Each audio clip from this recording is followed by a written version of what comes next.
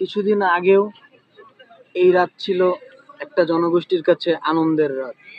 যদি রাত পোহালেই শোনা যেত এবং এবারের সংগ্রাম দিয়ে যে রাত মুখরিত থাকতো, সেই রাত আজ সময়ের পরিবর্তনে রাত ঠিকই আছে, বাট সেই জনগোষ্ঠী আজ আর নেই।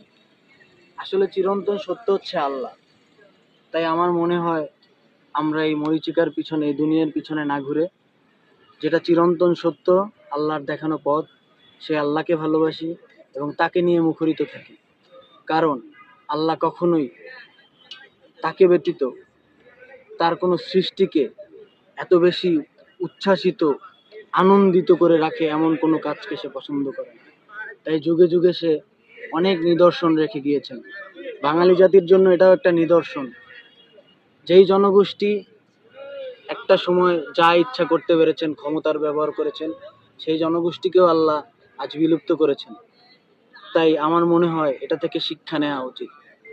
এটা থেকে এমন শিক্ষা নেওয়া উচিত, বাঙালি জনগোষ্ঠী যেন কখনোই এমন কাজে লিপ্ত না হয়, আল্লাহকে ভুলে গিয়ে নিজেকে সুপিরিয়র না ভাবে। তাই সকলের কাছে আমার আহ্বান থাকবে, চিরন্তন শক্তি যেটা, সত্য শক্তি যেটা, সেটার ভয় করুন।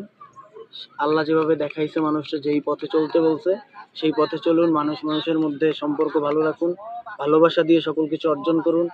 ক্ষমতা দিয়ে কোনো কিছু অর্জন করতে চাইবেন না, কারণ ক্ষমতার মালিক একমাত্র আল্লাহ। তাই আপনারা আজকের এই রাত নিস্তব্ধতা দিয়ে যে প্রমাণ পাচ্ছি, সেটাকে আমরা শিক্ষা হিসেবে গ্রহণ করলে আশা করি মানুষ মানুষের জন্য মঙ্গল হবে। ধন্যবাদ সকলকে।